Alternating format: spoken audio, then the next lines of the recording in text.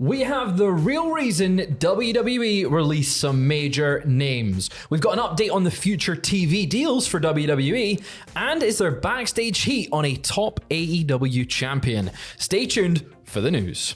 The past 24 hours has seen a lot of names be cut from WWE. We have covered them quite extensively, all the names that have departed the company. We've got a little bit of insight now as to maybe why some of those names were released, why their contracts have come to an end with WWE.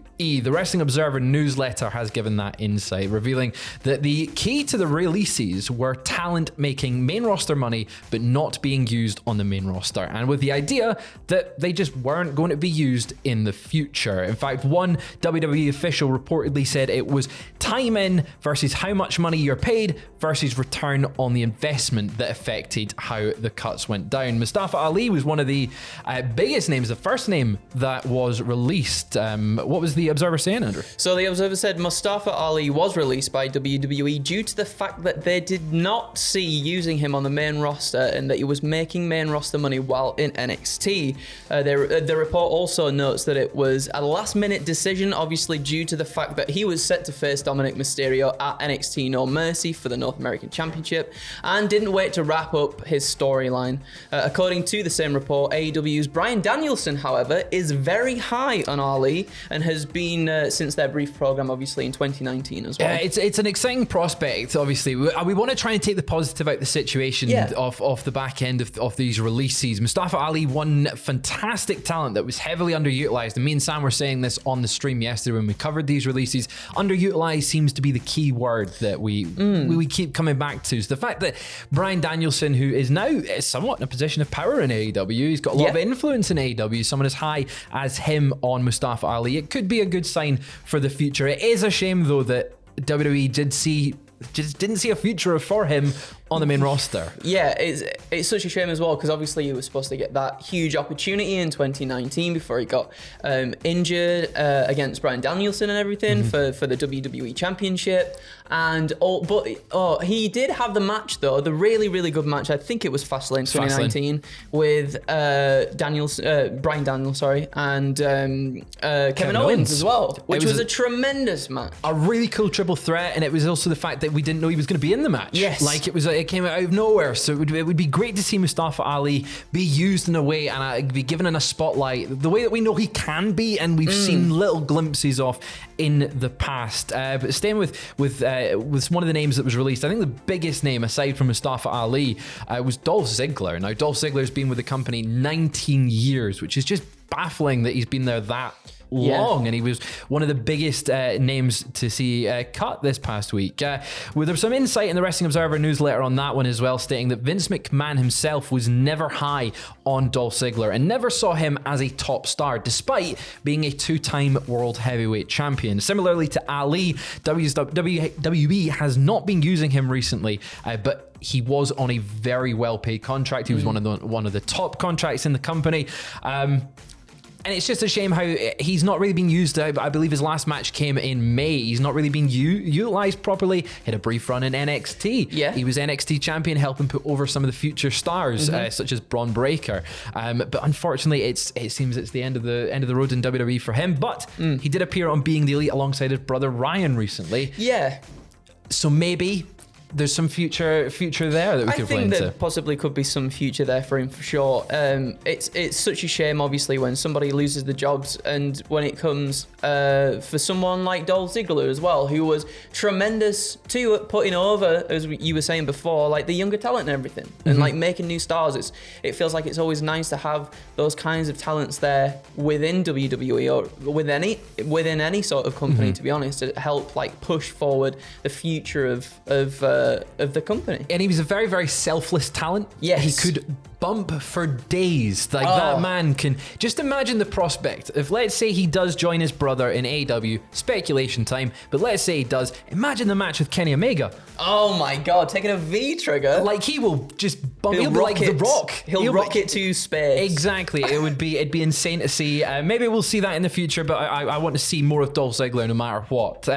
Another name released, Dana Brooke. This was her release came about was she's been working in developmental, and once again, like the pattern here was receiving main roster money and they didn't see a future. Dana Brooke is someone who's been in the company for a very, very long time as well. These are all very well tenured names with the company, and it's just unfortunate that these releases have come about just WWE not seeing a future in them and not wanting to, I guess, use that money to invest in them any further. All these main roster releases, though, do have the standard 90-day non-compete tied to their deals, which means that they will be free to work from the 20th of December. So a nice Christmas present for any company wanting to sign any new talent, and I'd like to see any of them. Of course, those were just a few of the names that were released. There's a whole list of all the names that were cut on cultaholic.com, so stay tuned to that. It is still seemingly a rolling situation. More releases came out overnight, especially in NXT. But staying with WWE just now, The Hollywood Reporter has revealed that despite SmackDown joining the USA network once their Fox deal expires,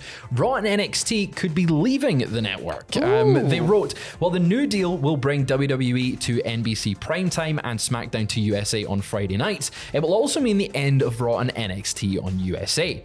A source familiar with the Raw discussions tell The Hollywood Reporter that the market for the program is extremely active, with traditional linear network streaming services and unexpected players all interested. Now, we've seen a lot of discussion about the future TV rights for WWE. We've seen a lot of, we've seen SmackDown is got a new deal signed, which is very, very exciting. But this was followed up by a report in the Wrestling Observer newsletter. What did it say, Andrew? Well, they stated that with Hulu's next day streaming rights deal with WWE set to expire shortly, it could be a deal to the NBCU deal as far as the Peacock goes. That was words right there. Essentially, it could be quite pivotal to NBC's deal in trying to get Raw and NXT on Peacock or any other future programming on Peacock.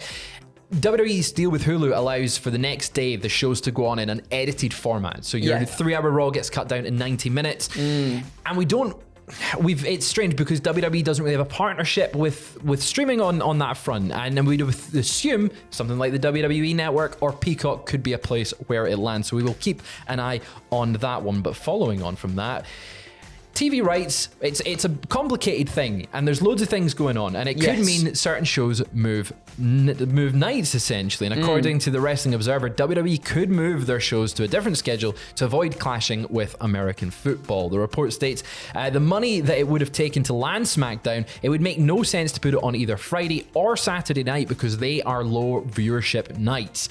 Dave Meltzer goes on to say, I can sense a very good chance one of those shows would be put on Wednesday, referencing Raw, SmackDown and NXT, all being under the USA Network currently, or once SmackDown moves.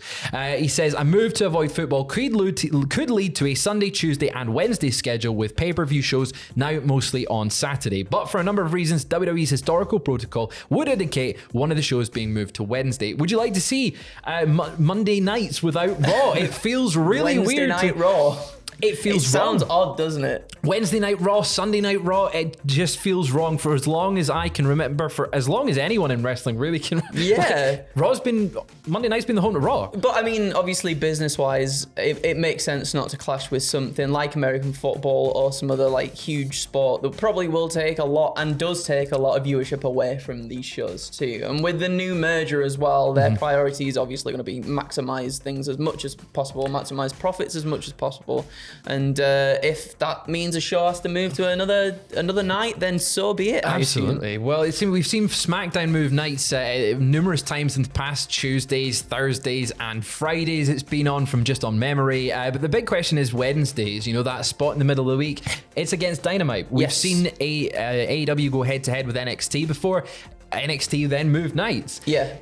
How would it go if maybe Raw or SmackDown moved on to Wednesday? I don't know. I wonder if they would want that sort of comparison there or not as well, because when we had the NXT and AEW stuff, they were very much like, we're not competing with each other, but it felt very much like they were competing with each other. And then obviously, you know, things happened and they were like, we're gonna move this NXT to another night instead of the week. Exactly. Avoid the comparisons. But with Dave Meltzer saying that, you know, the historical protocol would indicate one of the shows would move to Wednesday, so it's again a moving situation. Maybe we will see WWE change up its entire scheduling lineup. But we saw that we mentioned the comparisons to AEW there. AEW's had a big week as well. We had Grand Slam this week. An unfortunate injury took place on this week's Grand Slam with Jon Moxley. And the Wrestling Observer has reported that Rey Fenix, the new AEW International Champion, took a lot of heat backstage for Jon Moxley's injury.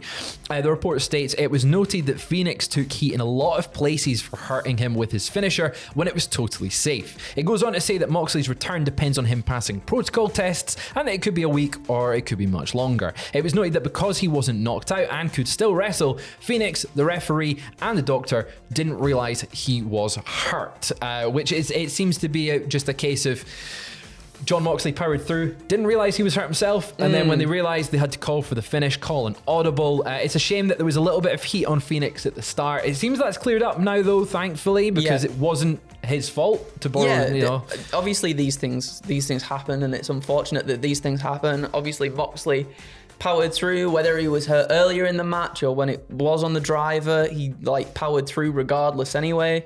Obviously, then just towards the end realized, maybe things aren't as good as what maybe I thought they might have been in the first place. So just sending nothing but the best to Jon Moxley. Hope he's doing all right. Hopefully we'll see him back in the ring soon. It did seem, it's a shame that it's meant that he's had to drop the belt, but props to him for calling an audible. We've got Fenix as the AEW International Champion, and hopefully that backstage heat doesn't stick around or has completely gone, because we know that, we've now got some insight into the situation. That is all from us just now. Make sure you tune into the podcast tonight. That'll be going out at 8 p.m. British time, and we'll have news throughout the weekend as the situation of the WWE releases continues to roll on, and hopefully that's all there is. So fingers crossed. Fingers crossed. Fingers crossed. Enjoy your weekend.